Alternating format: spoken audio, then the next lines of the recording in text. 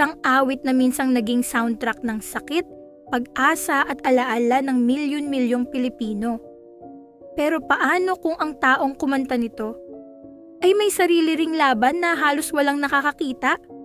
Sa harap ng kamera, palaging may ngiti, palaging matatag, palaging handang magpasaya. Pero sa likod ng kasikatan, may tahimik na digmaan na matagal niyang kinimkim.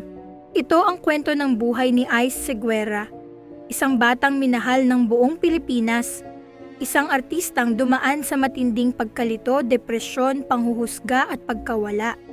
At isang taong piniling maging totoo sa sarili, kahit alam niyang hindi lahat ay makakaintindi.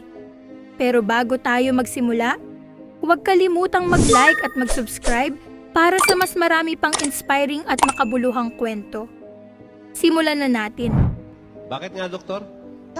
Doktor po ako ng hayop. Ipinanganak si Ice Seguera bilang Carissa Yamson Seguera noong Setyembre 17, 1983. Bata pa lamang siya, napapansin na agad ang kakaiba niyang karisma. Hindi lang dahil cute siyang bata,